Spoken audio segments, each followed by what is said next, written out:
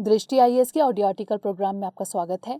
आज का हमारा आर्टिकल इंडियन एक्सप्रेस में प्रकाशित लेख managing risk from overlapping hazards और द हिंदू बिजनेस लाइन में छपे लेख cyclones pandemic present cascading risk scenario के सम्मिलित सारांश पर आधारित है।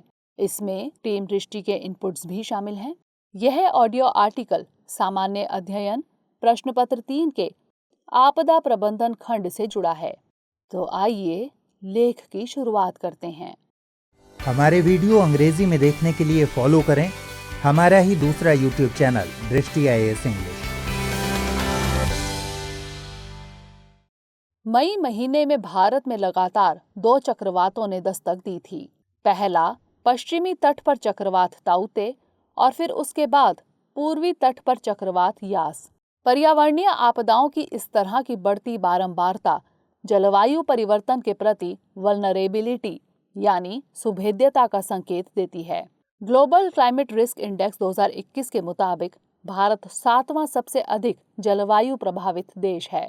दरअसल भू जलवायु परिस्थितियों के कारण भारत प्राकृतिक आपदाओं के प्रति पहले से ही संवेदनशील रहा है। यहाँ पर बाढ़, सूखा, चक्रवात, भूकंप और भूस्खलन की घटनाएं होना आम बात है। भारत के लगभग 60% भूभाग में अलग अलग फ्रीक्वेंसी के भूकंपों का खतरा बना रहता है। 40 मिलियन हेक्टेयर से अधिक क्षेत्र ऐसे हैं जहां बारंबार बाढ़ आती रहती है। देश की लगभग 7,516 किलोमीटर लंबी तटरेखा में से 5,700 किलोमीटर में चक्रवात का खतरा बना रहता है। खेती योग्य क्षेत्र का लगभग 68% भाग सूखे के प्रति संवेदनशील है। अंडमान निकोबार द्वीप समूह और पूर्वी व पश्चिम घाट के इलाकों में सुनामी का संकट बना रहता है। देश के कई भागों में पतझड़ी व शुष्क पतझड़ी वनों में आग लगना आम बात है। साथ ही हिमालयी क्षेत्र और पूर्वी व पश्चिम घाट के इलाकों में अक्सर भूस्खलन का खतरा रहता है। इसके अलावा भारत में कई बार एक आपदा के तुरंत बाद दूसरी आपदा के आने की घटनाओं को भी देखा जाता है। इसे आमतौर पर अतिव्यापी खतरों यानी ओवरलैपिंग हजार्ड्स की श्रेणी में रखा जाता है। इस तरह की आपदाओं से देश में भारी क्षति पहुंचती है। ऐसे में हमें आपदा और ओवरलैपिंग खतरों से जुड़े सभी पहलुओं को देखना होगा। तो आइए सबसे पहले आपदा और ओवरलैपिंग हजार्ड्स को समझ लेते हैं। भारत ही नहीं बल्कि दुनिया भर में तरह तरह की आपदाएं आती रहती हैं। अब वह चाहे प्राकृतिक हो अथवा मानवीय। दोनों तरह की आपदाएं अपार जान माल के नुकसान का कारण बनती हैं। दरअसल आपदा एक अनपेक्षित घटना होती है। इन्हें ऐसी ताकत अंजाम देती है जो मानव के नियंत्रण के बाहर होती है। इसका कारण यह है कि ये आपदाएं बिना चेतावनी के थोड़े समय के भीतर ही आती हैं। इसकी वजह से मानव जीवन के क्रियाकलापों में अड़चन आती है और बड़े पैमाने पर जान माल का नुकसान होता है। आपदा प्रबंधन अधिनियम 2005 में आपदा को किसी क्षेत्र में घटित एक महाविपत्ति, दुर्घटना, संकट या फिर एक गंभीर घटना के रूप में परिभाषित किया गया है जो प्राकृतिक अथवा मानव जनित कारणों, दुर्घटना या लापरवाही का परिणाम हो। इससे बड़े स्तर पर जान की क्षति या मानव पीड़ा, पर्यावरण की हानि एवं विनाश हो और जिसकी प्रकृति या परिणाम प्रभावित क्षेत्र में रहने वाले मानव समुदाय की सहन क्षमता से परे हो। प्राकृतिक आपदाओं को मोटे तौर पर 4 भागों में बांटा जा सकता है: वायुमंडलीय, भौमिक, जलीय और जैविक। वायुमंडलीय आपदाओं में बर्फानी तूफान, तड़ित झंझा, टॉर्नेडो, उष्णकटिबंधीय चक्रवात, सूखा, कर्कापात यानी हेल स्टॉर्म, पाला, लू, शीतलहर शामिल हैं। भौमिक यानी भूमि से जुड़ी आपदाओं में भूकंप, ज्वालामुखी, भूस्खलन, हिमस्खलन, अवतलन यानी सबसिडेंस और मृदा अपरदन जैसे उदाहरण शामिल हैं। जलीय आपदाओं में बाढ़, ज्वार, महासागरीय धाराएं, स्टॉर्म सर्ज और सुनामी जैसी घटनाएं आती हैं। अगर बात करें जैविक आपदाओं की तो इसमें सूक्ष्म जीवों से होने वाले इन्फेक्शन शामिल हैं। इसमें बर्ड फ्लू और डेंगू इत्यादि जैसे फंगल, बैक्टीरियल और वायरल डिजीज शामिल हैं। बात करें ओवरलैपिंग हजार्ड्स की तो हिंदी में इसे अतिव्यापी खतरे अथवा आपदा की बारंबारता के रूप में जाना जाता है। इसका सरल सा मतलब है एक आपदा के समाप्त होने से पहले ही दूसरी आपदा का आ जाना। उदाहरण के तौर पर देखें तो ताउते चक्रवात के खत्म होने से पहले ही यास चक्रवात का आ जाना ओवरलैपिंग हजार्ड्स की श्रेणी में आता है। यास चक्रवात की क्षति के बाद इससे उत्पन्न बाढ़ ने हालात को और अधिक अनियंत्रित और बदतर बना दिया था। इसके अलावा ये पर्यावरणीय आपदाएं कोविड-19 महामारी के दौर में आई, जिससे इनसे होने वाले प्रतिकूल प्रभाव कई गुना बढ़ गए थे। यह पहली दफा नहीं है जब भारत में ओवरलैपिंग हजार्ड्स की घटना को देखा गया है। इससे पहले भी कई रूपों में आपदाओं की बारंबारता को देखा गया है। तो आइए भारत में ओवरलैपिंग हजार्ड्स के कुछ उदाहरणों पर फौरी नजर दौड़ा लेते हैं। भारत में ओवरलैपिंग हजार्ड्स को मुख्यतः 3 तरह से देखा जा सकता है। गंगा ब्रह्मपुत्र के मैदानों में बाढ़, चक्रवात से होने वाले बाढ़ और सोशल वल्नरेबिलिटी। बरसात के मौसम में गंगा ब्रह्मपुत्र के किनारों पर निवास करने वाले लोगों को कई तरह की परेशानियों का सामना करना पड़ता है। गंगा ब्रह्मपुत्र के मैदानों की भौगोलिक स्थिति के कारण इन क्षेत्रों में एक के बाद एक कई आपदाएं आती रहती हैं और इनके अलग अलग प्रभाव पड़ते हैं।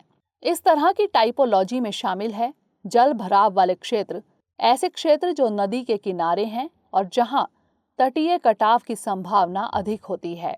बिना तटबंध वाले ऐसे क्षेत्र जहां नदी में बाढ़ आने की संभावना बढ़ जाती है। ग्रामीण क्षेत्रों में तटबंधों के टूटने से नदी में बाढ़ आना, तटबंधों के नदी के किनारे में अचानक बाढ़ आना इत्यादि।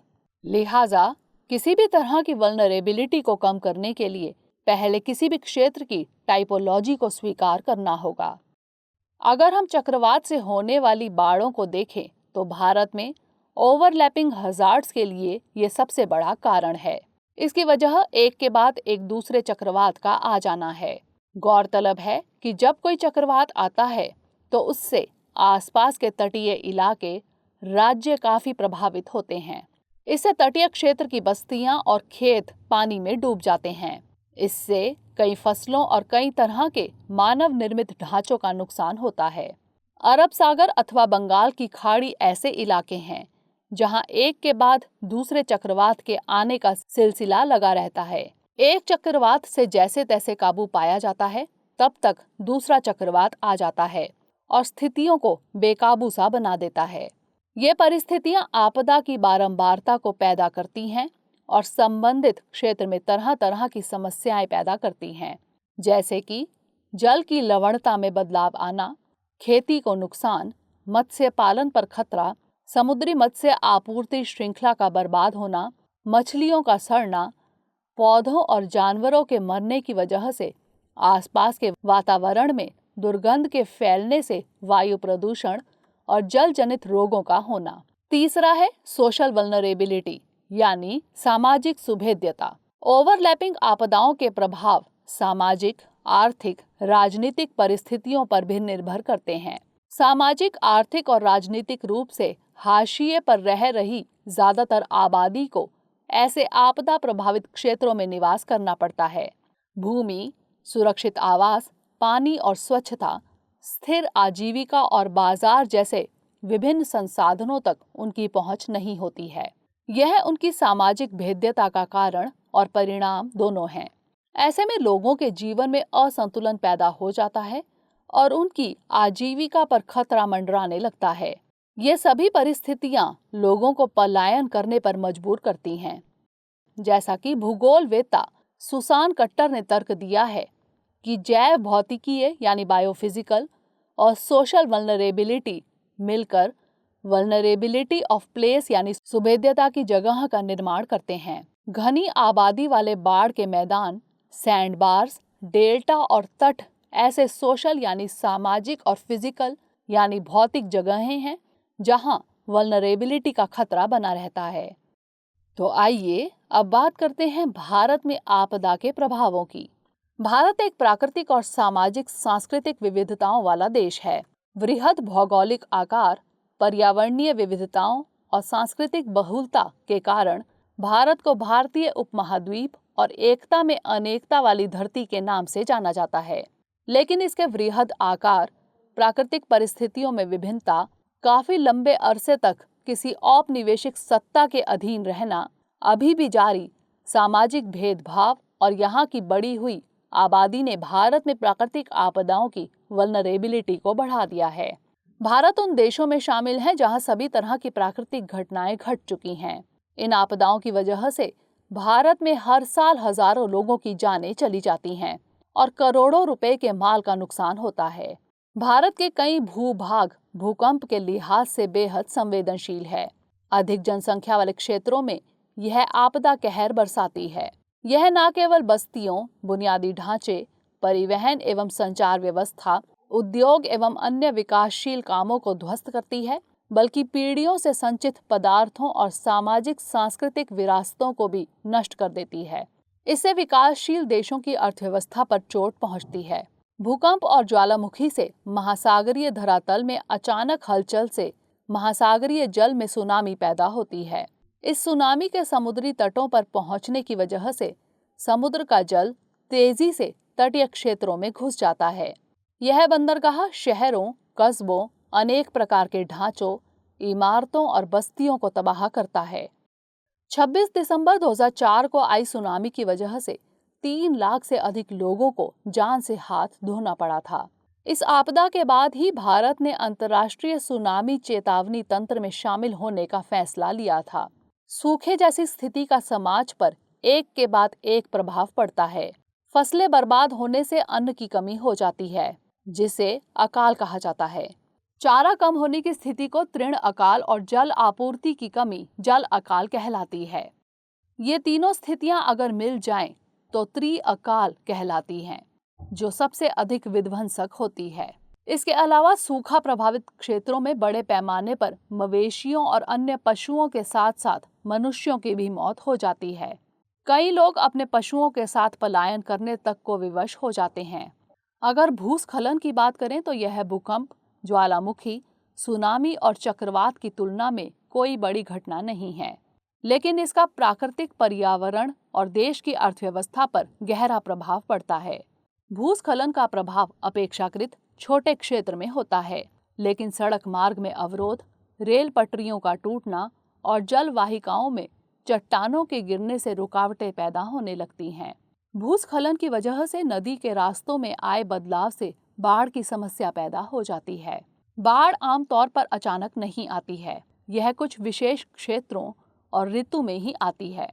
बाढ़ तब आती है जब किसी जल निकाय में उसकी क्षमता से अधिक जल बहाव होता है और जल बाढ़ के रूप में मैदान के निचले हिस्सों में बढ़ जाता है। बाढ़ से बाढ़ प्रभावित क्षेत्रों में आवागमन को भारी नुकसान पहुंचता है और विकास कार्यों की रफ्तार धीमी पड़ जाती है। असम, पश्चिम बंगाल, बिहार, पूर्वी उत्तर प्रदेश, ओडिशा, आंध्र प्रदेश, तमिलनाडु, गुजरात के तटीय क्षेत्र और उत्तरी गुजरात, हरियाणा जैसे क्षेत्रों में बार बार बाढ़ आने और कृषि भूमि एवं मानव बस्तियों के डूबने से देश की आर्थिक व्यवस्था एवं समाज पर गहरा प्रभाव पड़ता है। बाढ़ न सिर्फ फसलों को बर्बाद करती है, बल्कि आधारभूत ढांचे जैसे सड़कें, रेल पटरी, पुल और मानव बस्तियों को भी नुकसान पहुंचाती है। इसके अलावा बाढ़ग्रस्त क्षेत्रों में कई तरह की बीमारियां मसलन हैजा, गैस्ट्रोएंटेरिटिस, हेपेटाइटिस और दूसरी दूषित जल जनित बीमारियां फैल जाती हैं। इसी तरह के हालात चक्रवात के आने के बाद भी उत्पन्न होते हैं। चक्रवात दरअसल भारत के तटवर्ती इलाकों को प्रभावित करने वाली एक प्रमुख आपदा है। लगभग 7,516 किलोमीटर लंबी भारतीय तटरेखा को विश्व के उष्णकटिबंधीय क्षेत्रों में उठने वाले लगभग 10% चक्रवातों को झेलना पड़ता है। इस क्षेत्र का लगभग 71% भाग 10 राज्यों गुजरात, महाराष्ट्र, गोवा, कर्नाटक, केरल, तमिलनाडु, पुदुचेरी, आंध्र प्रदेश, ओडिशा और पश्चिम बंगाल में आता है। अंडमान निकोबार और लक्षद्वीप जैसे केंद्र शासित प्रदेशों में भी चक्रवात का संकट बना रहता है। बंगाल की खाड़ी और अरब सागर में हर साल औसतन 5 या 6 उष्णकटिबंधीय चक्रवात बनते हैं और वे भारतीय तटों से टकराते हैं। चक्रवात के तट पर पहुंचने से तेज हवाएं, भारी बारिश, तूफान और नदियों में बाढ़ जैसी स्थिति पैदा हो जाती है। इससे जान माल के नुकसान का खतरा हो जाता है। ऐसे में कहा जा सकता है कि भारत आपदाओं के लिहाज से बेहद ही संवेदनशील देश है। लिहाजा भारत इन आपदाओं से निपटने के लिए आपदा प्रबंधन की दिशा में काम करता रहा है। तो आइए अब भारत में आपदा प्रबंधन को देख लेते हैं। अगर हम बात करें भारत में आपदा प्रबंधन के वैधानिक ढांचे की, तो इस दिशा में कई प्रयास हो चुके हैं। आपदा प्रबंधन अधिनियम 2005 पारित किया जा चुका है, जिसके तहत राष्ट्रीय आपदा प्रबंधन नीति 2009 बनाई गई। इस नीति का क्रियान्वयन करना सभी राज्यों की जिम्मेदारी है। आपदा प्रबंधन अधिनियम 2005 की धारा 37A में भारत सरकार के सभी मंत्रालयों और विभागों को आपदा शमन बचाव तैयारी के लिए योजना आदि बनाने की बात कही गई है। वहीं धारा 38 में राज्य सरकारों के लिए आपदा प्रबंधन की दिशा में कदम उठाए जाने के प्रावधान हैं। इस अधिनियम के तहत ही नेशनल डिजास्टर रिस्पांस फोर्स का गठन किया गया है। इस फोर्स में 12 बटालियन हैं। इस फोर्स में आधुनिक तकनीक से सुसज्जित इक्विपमेंट्स हैं और फोर्स के हर बटालियन में मेडिकल क्षेत्र का और इंजीनियरिंग क्षेत्र का एक एक्सपर्ट भी नियुक्त किया गया है। इसके अलावा आपदा प्रबंधन सहायता कार्यक्रम के तहत देश में प्राकृतिक आपदाओं के कुशल प्रबंध के लिए अपेक्षित आंकड़ों व सूचनाओं को उपलब्ध कराने के लिए इसरो के साथ समायोजन किया जाता है। आपदा प्रबंधन प्रेक्षण प्रणाली के अंतर्गत शामिल घटकों में संचार एवं मौसम विज्ञान से जुड़े भूस्थिर उपग्रह, पृथ्वी कक्षा के भू प्रेक्षण उपग्रह और हवाई सर्वेक्षण प्रणाली इत्यादि शामिल हैं। इसरो के नेशनल रिमोट सेंसिंग केंद्र में स्थापित निर्णय सहायता केंद्र में बाढ़, चक्रवात, कृषि सूखा, भूस्खलन, भूकंप तथा दावानल जैसी प्राकृतिक आपदाओं के लिए कार्यकारी स्तर पर निगरानी का काम चलता रहता है।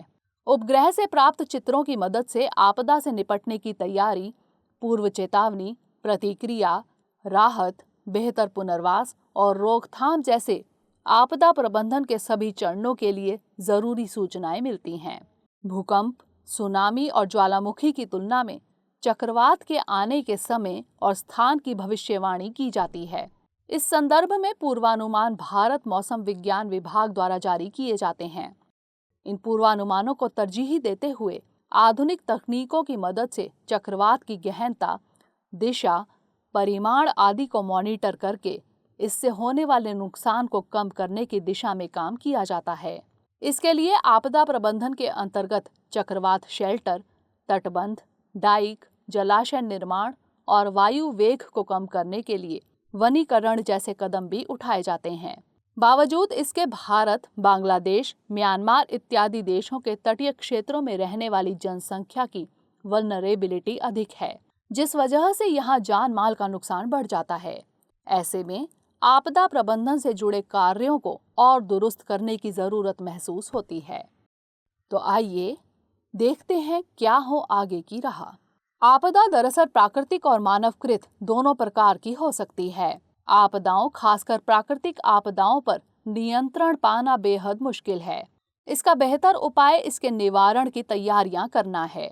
आपदा निवारण और प्रबंधन की 3 अवस्थाएं हैं: आपदा से पहले, आपदा के समय और आपदा के बाद।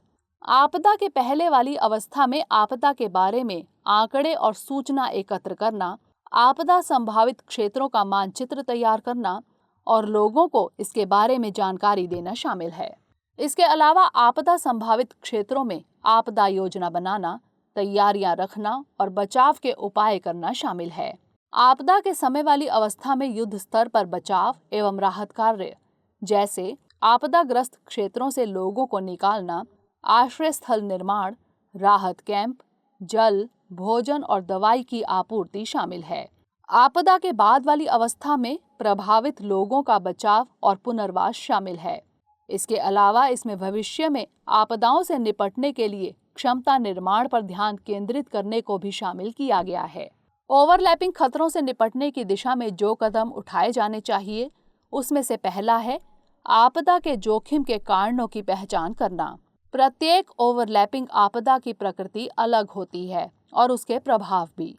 लिहाजा आपदा जोखिम न्यूनीकरण गतिविधियों को भी आपदा की प्रकृति एवं उसके प्रभाव के अनुसार ही होना चाहिए। साथ ही बेहतर तैयारी और शमन उपायों के लिए सरकार को भारत के आपदा मानचित्र को विकसित करने की भी जरूरत है। गौरतलब है कि किसी भी तरह की आपदा के जोखिमों को अल्पकालिक प्रतिक्रियाशील क्रियाओं द्वारा कम नहीं किया जा सकता है। इन जोखिम को केवल साल भर की रणनीतिक गतिविधियों के जरिए ही कम किया जा सकता है। इन रणनीतियों में आपदा पूर्व चेतावनी, निकासी और पर्याप्त स्थान की व्यवस्था के साथ साथ बचाव और निकासी एवं जोखिम शमन इत्यादि शामिल है। सरकारी और गैर सरकारी संस्थाओं को एक साथ इन ओवरलैपिंग हजार्ड्स से उत्पन्न होने वाले कई जोखिमों को स्वीकार करने और उन्हें कम करने की दिशा में तत्काल उपाय करने की भी जरूरत है। भारत जैसे देश में 2/3 क्षेत्र और जनसंख्या आपदा के लिहाज से सुभेद्य है। ऐसे में इन आपदाओं से निपटने की दिशा में उपरोक्त उपायों का विशेष महत्व हो जाता है। आपदा प्रबंधन अधिनियम 2005 और राष्ट्रीय आपदा प्रबंधन संस्थान की स्थापना इस दिशा में भारत सरकार द्वारा उठाए गए सकारात्मक कदम के उदाहरण हैं। तो आइए अब नोट करते हैं आज का सवाल। ओवरलैपिंग हजार्ड्स से आप क्या समझते हैं? भारत में आने वाले ओवरलैपिंग हजार्ड्स के उदाहरणों और इसके प्रभावों को बताते हुए इसके प्रबंधन और न्यूनीकरण के उपाय भी सुझाइए।